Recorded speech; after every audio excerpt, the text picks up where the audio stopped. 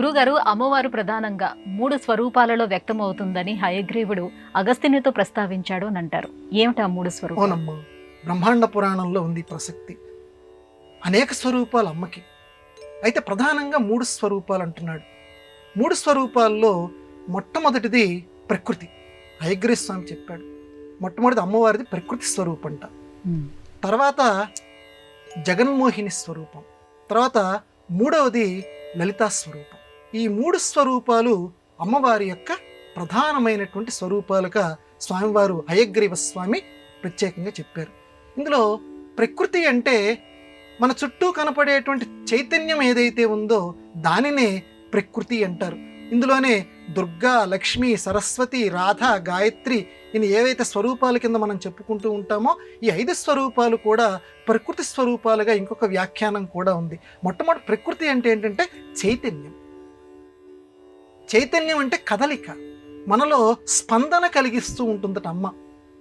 ఎవరన్నా ఒక ప్రశ్న అడిగారు, ఆ ప్రశ్నకి సంబంధించి ఒక జవాబు దానంతటదే ఉబికి రావాలి, అది చైతన్యం. ఎవడన్నా ఏదన్నా పలకరిస్తున్నాడు, ఇట్లా ఉంటే అది మందం. పలకరిస్తూ ఉంటే ముఖం మీద చిరునవ్వు చైతన్యంగా ఉబికి రావాలి. ఎప్పుడు వస్తుంది? నీకు ఒంట్లో ఉన్న అన్ని అవయవాల్లోనూ చక్కగా ఆరోగ్యం ప్రవహిస్తూ ఉంటే, ఆరోగ్య లక్షణం ప్రవహిస్తుంటే ఎవడన్నా పలకరిస్తే ముఖం మీద చిరునవ్వు వస్తుంది. వాడు పలకరిస్తున్నప్పుడు ఒంట్లో ఎక్కడన్నా అలజడి ఏర్పడింది అనుకోండి, ఏ చెయ్యో కాలో సరిగ్గా లేదనుకోండి, అంటాం.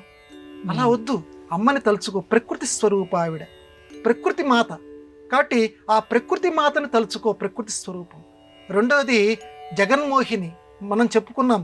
అన్నిటిలోనూ జగన్నాథుణ్ణి తలుచుకో, ఈ మోహింపచేసే పదార్థాల నుంచి జగన్నాథుణ్ణి తలుచుకో. మూడవది లలితా స్వరూపం. అన్నిటిలో నీకు ఏ పేరమ్మ ఇష్టం అని అంటే లలిత అనేటువంటి పేరు నాకు చాలా ఇష్టం అందట అమ్మ. అందువల్లే లలితా పంచరత్నాలు చదువుకుంటూ ఉంటారు. పిల్లలకి మనం అలవాటు చేయాలి, ఇదిగో నాన్న ఇది లలితా పంచరత్నం. ఈ పంచరత్నాల్లో కనీసం ఒక్క లైన్, ఒక్క పంక్తి అయినా నువ్వు చదువుకో. ఎందుకంటే అమ్మకి చాలా ఇష్టమైనటువంటి పేరట లలితా స్వరూపిణి అంటారు. అందుకే దుర్గా సహస్రనామాలు ఉన్నాయి, కానీ వాటన్నిటికంటే కూడా లలితా సహస్రనామాలు. లలితము ఎంత చక్కటి పేరమ్మ. లలితంగా అంటే ప్రతిదీ కూడా వాడు బండలాగా చేసాడు ఈ పని అంటారు. బండబారితనం ఉండకూడదు ఎవరికి. లలితంగా చేస్తే ఒక పువ్వుని ఎవరైనా చక్కగా అభిమానిస్తారు, కానీ ఒక బండని అభిమానించే వాళ్ళు లేరని నేను అన్ను. కానీ బండ కంటే కూడా పువ్వు ఎక్కువ మందిని ఆకర్షిస్తుంది, మృదువుగా ఉంటుంది. అమ్మ కూడా లలితంగా ఉంటుంది తనని ఆరాధించేటువంటి వాళ్ళకి. కాబట్టి లలితా సహస్రనామాలు, అన్ని నామాలను చదవలేవా, కనీసం శ్రీమాత ఒక్క నామం చదువు. లలితంగా చదువు, మృదువుగా చదువు, మృదువుగా ప్రవర్తించు.